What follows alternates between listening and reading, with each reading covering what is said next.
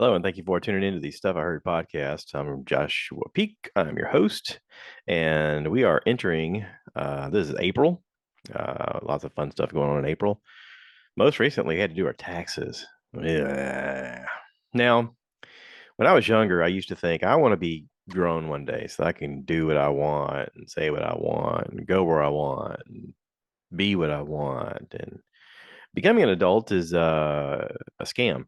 Uh, you don't get to do any of those things because you have to, in order to do the things you want, you have to sometimes do things you don't want. And to do them and be safe, sometimes you have to set parameters upon yourself, like a budget, like going to bed at a decent time, eating your vegetables, all of the things that you, as a kid, are told you got to do this. You're like, oh, and then you get older and you're like, I kind of need to eat some vegetables because I feel better when I do. Oh, I need to go outside and get some exercise because I feel better when I do. All of the things, like going to bed at a decent time. I need to do this so that I can feel better to do more things. You have things you want to do and you have to do things to get there. And weirdly, paying taxes is part of that. I'm not a fan of it. I'm not a fan of paying taxes. I pay a lot in taxes. There is the argument that I should be so lucky to pay taxes. Oh, look at you being able to pay taxes and not have to worry about, war on your own homeland or, things of that nature. And yeah, I do take it for granted. It is disheartening when you hear the mismanagement of the money from the government and how they freely give money away to people who maybe don't need it as much as the people that are right here helping pay the taxes. That's aggravating. But anyway, that's neither here nor there. We got our taxes done. I'm happy to say that it was as painless as possible. I use a local tax service here in town, Palmetto Tax. Shout out to Palmetto Tax. I've been using them for years. When I first got out of the Marine Corps, I needed to get my taxes done somewhere. And I just asked around, hey, who do you use? And at the time, here in Florence, South Carolina, a lot of the people that I knew went to Palmetto Tax Service. And I said, well, let's give it a shot. And at the time, I had just gotten out of the Marine Corps as a corporal, um, and I didn't make much money. I want to say as a corporal back in 1998, I think I made 24,000, and that sounds awful on the outside. Um, Now, with that, I also got free healthcare that was included. That wasn't part of the money. I had housing, basic housing, which included a barracks room and a shared bathroom with other people. And I had food if I went to the chow hall that I could eat for free. Of course, the chow hall was really far away, and to get there, you had to drive from where I was at. So you needed a vehicle. And of course, that cost money. And if you wanted to do anything outside of those parameters, or if you had responsibilities like I did, I had two kids and a soon to be ex wife, I had to work a second job just to be able to afford to do anything because that's not a lot of money. It's really not. So when I got out, I went and got my taxes done. And the lady said, oh boy, you didn't make much at all. And I was like, yeah, I'm well aware of that. And she was like, yeah, you should probably make more. I was like, thank you, Shirley. I appreciate it. Shirley was her name. And here we are. That was 98 and this is 2024. So that was what, 26 years ago. And I've been using Cheryl, the people at Palmetto Tax ever since. And Sherry's the lady who's done my taxes for most of those. And now when I go in, I got all my ducks in a row and I got my paperwork done. And my wife and I had spent the last weekend 2 days worth getting things together because of the podcast and because of the YouTube and all that fun stuff, and gathering up receipts and realizing what we're spending for this and that and the other. And I would love for there to be a podcast about money, about the money of doing this and how to do it correctly. Or if anybody knows somebody who does this and has some tips to give me, that would be super awesome. Because I don't know what I'm doing. I am doing this as I learn, and what I learn, I've been sharing. Uh, but it gets in that weird realm when you talk about money because what is the right thing? What are you doing? What is shareable? What's not shareable? is there a class? Is there a symposium? Is there a way for you to discuss what is business, what is not business? All of that's very confusing, but whatever. So this is the Stuff I Heard podcast. Let me talk about a few stuff I heard because I know you guys are like, we came here for this content, not for you to talk about your stupid taxes. Oh my god. And I get it. Listen, I'm with you. Um let's let me look at my notes here because I got some open tabs. I started off the week wanting something lighthearted. I was just in the mood, I guess, because of Easter and hanging out with my grandson and having friends over and stuff like that. I wanted something kind of easy and just scrolling through channels. I don't know where I originally saw this. Maybe, oh, it was on Amazon. Okay. Amazon Prime, Minions, The Rise of Gru. Now, of course, I remember Minions hitting the movies back in the day. Steve Carell being the main character Gru, and the cute little minions that look like little yellow pills. They're so adorable. And anytime I can watch anything with them, I watch it because I'm a sucker for the cute little yellow guys. And this was a cute movie. I didn't really expect much, and it was cute. It was just there's no other way to describe it. It's cute. Lots of voice characters, huge cast. I didn't know that Russell Brand did the voice of Dr. Nefario. That was kind of cool. I had to Google that. I was like, wait, what? For real? But this one also had the late Alan Arkin in it, playing a character called Wild Knuckles. And Michelle Yeoh, Yee, how do you pronounce that? Yeoh. Michelle Yeoh. Anyway, she's from everything I watch. Uh, she plays a character in the show, which I thought was super. I recognized her voice right away. Julie Andrews is in it. Recognized her voice. I didn't know Jean Claude Van Damme was in it. There was a character that they called Jean Claude. He's got he's got claws like a crab. Anyway, he's in it. I thought that was pretty cute. Didn't know it was his voice until I looked it up. But then when I open up the listing of other characters, literally you have to scroll through 50-ish voices in this of different characters. It's pretty amazing. So, Steve Carell has definitely created an empire upon the group of minions because of the popularity of the minions and of Gru, and that's awesome.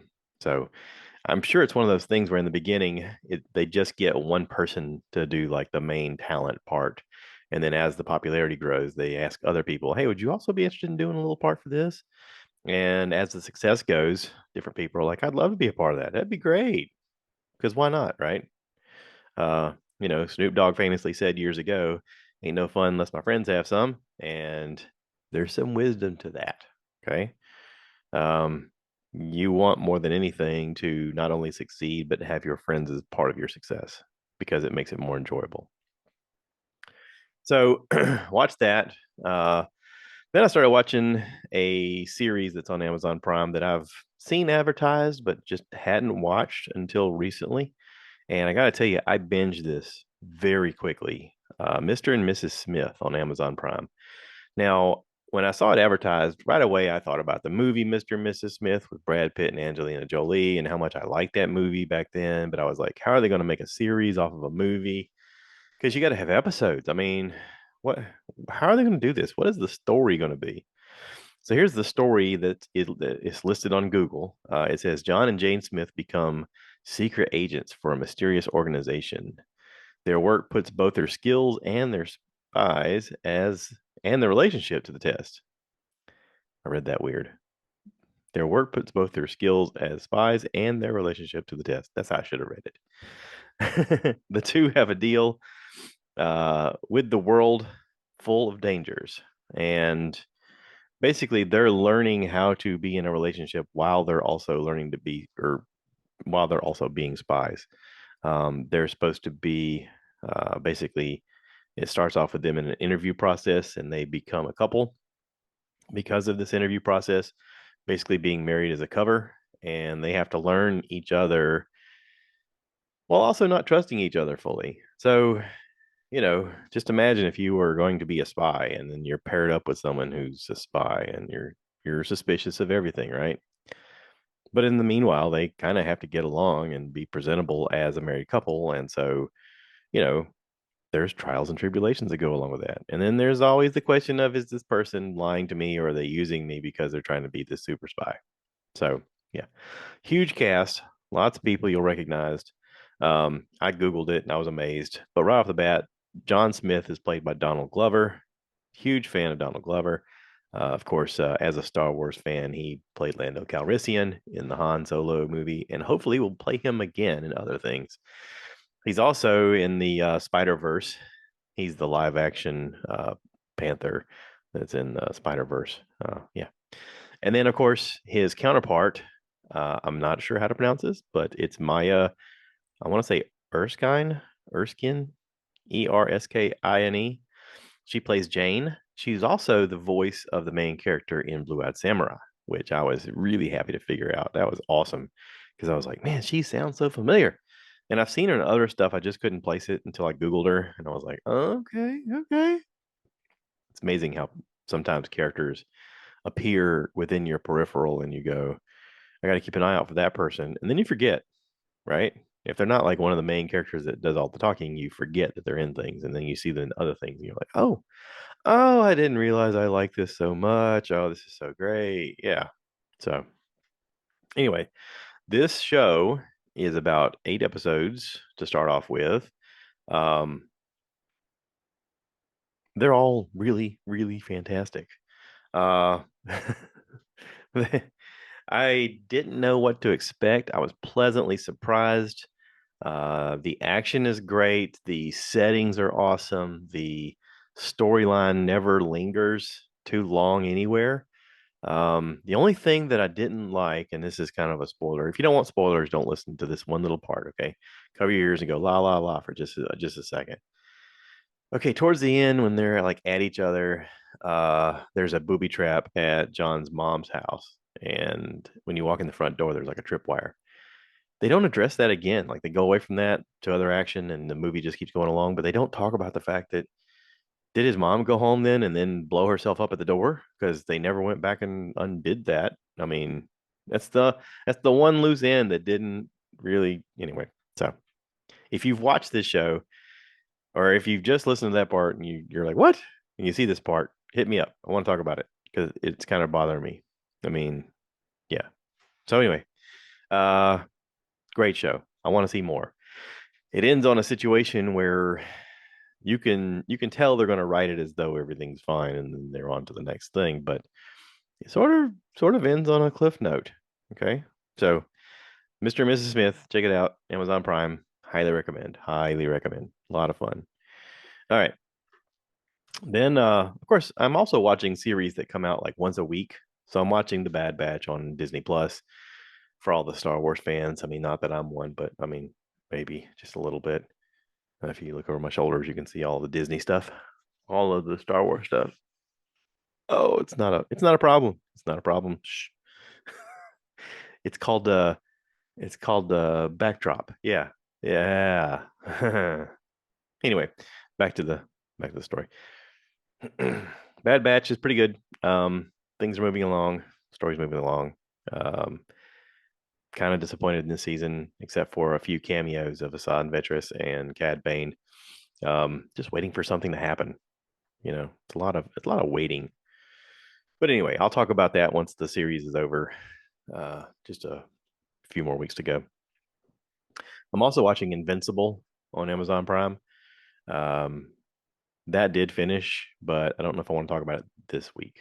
I want to wait. But I did watch a movie called Whiplash. Whiplash came out in 2014. It is on Netflix right now. It's going to leave Netflix at the end of April. So if you want to watch it, I highly recommend checking it out. The rundown of Whiplash, Andrew Neiman, played by Miles Teller, is an ambitious young jazz musician. He's a drummer in pursuit of a rising to the top of his elite music conservatory. Terrence Fletcher, which is played by J.K. Simmons, an instructor known for his terrifying teaching methods, discovers Andrew and transfers the aspiring drummer into the top jazz ensemble, forever changing the young man's life. But Andrew's passion to achieve perfection quickly spirals into obsession, and his ruthless teacher pushes him to the brink of his ability and his sanity. Dun dun dun. Now, this had a low budget. The budget was only 3.3 million. I don't know how much they made, but I hope it's way more than 3.3 million. It doesn't say how much they made. Again, you don't need to know anybody else in the whole thing. Those two characters are all you really need to know because those two characters carry the movie. Paul Reiser plays Andrew's dad in the show, and there is a great moment between him and his dad where at the end they're playing a famous jazz song called Caravan, and Miles Teller had to have learned to play the drums in order to play this. Not only play the drums, but play the drums really, really, really well. Like exceptionally well. Like there's only a certain amount of tricks that you can do with editing and cutaways. And he had to have just enveloped his life in jazz drumming in order to be this guy. As well as J.K. Simmons learning to play the piano. There's a moment where he's playing the piano very well. But Miles Teller is supposed to be playing someone who is the greatest jazz drummer of a generation. And there's a moment where he's on stage and he's playing Caravan, doing a solo that is just beautiful anarchy with the drums. And his dad, played by Paul Reiser, has a moment where he sees him and his eyes have this effect of wonder and amazement and awe of what he's seeing. And as someone who isn't necessarily a jazz music fan, but I can appreciate what that is. This is amazing. This show, this movie, I got chills talking about it right now. I got cold chills on my arms and legs. This movie is amazing. Um, J.K. Simmons plays a really nasty guy who's supposed to be his professor who pushes everybody as hard as he can. I mean, as physically hard and mentally as hard as he can to the point of breaking all of them, everybody within his ensemble. Um, and he talks a little bit about that. He talks a little bit about being able to find that once in a lifetime talent and pushing that person to be that even more, to be their best. And there is a bit of insanity that comes along with it. There is a bit of obsession. There is a bit of injury to oneself in order to do the thing that you want. Um, he even has a moment where he breaks up with a girlfriend because he tells her, "This is what I want, and it's going to cost me you. And I'd rather you not hurt anymore now and maybe be distracted because I'm going to be the best jazz drummer the world's ever seen. And because of that, we can't be together." He breaks up with a girl because he realizes I'm going to be the best. And he wants it so bad that he's willing to ruin everything to do it. And he's not wrong. Um, yeah. So if you want to watch something really powerful, really just wow, Whiplash. It's on Netflix. It's gonna leave at the end of the month. It won a bunch of awards, deservingly. Check it out. All right.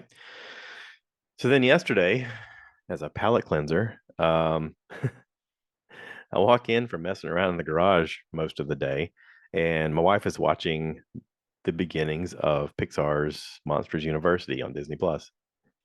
So I watched Monsters University because it's adorable. It's adorable. It's hard not to sit and watch Monsters anything. Okay. John Goodman was made to play J.P. Sullivan. Billy Crystal was made to play Mike Wazowski.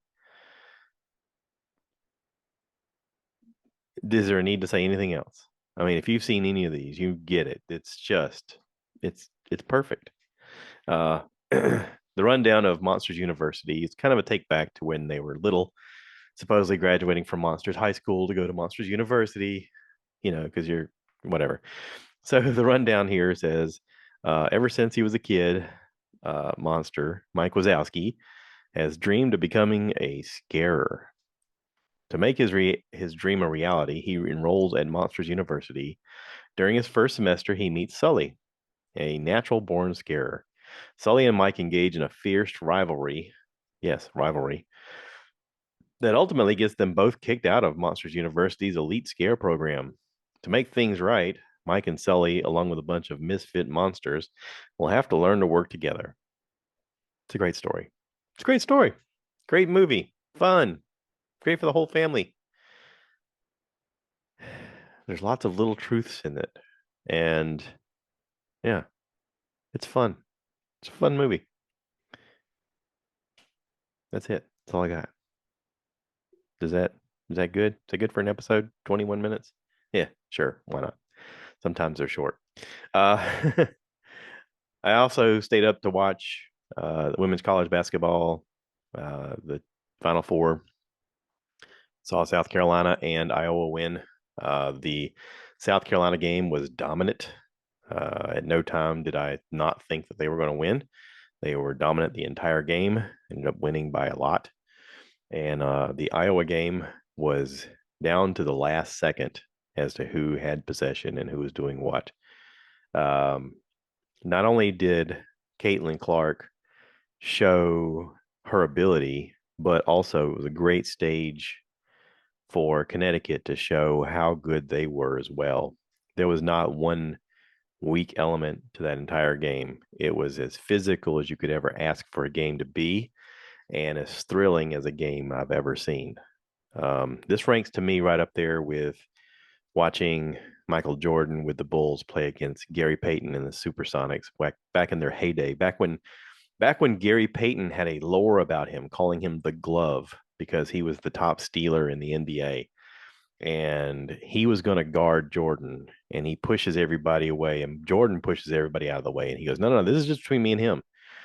And the two of them walked up and down the court. Well, walked. They moved up and down the court almost like they were in a tango dance because at no moment were they more than an inch or two away from each other.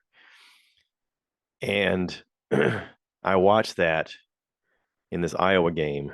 Um, Everybody played just outside of their abilities, beyond what they normally could do. They pushed themselves so hard, and there were injuries. There were people getting poked in the eye and twisting their ankles and going to the floor with injuries, and then going to the back and getting, I don't know, some magical medical attention, and then they're back on the court. And then it was amazing. It was amazing. Iowa came out on top.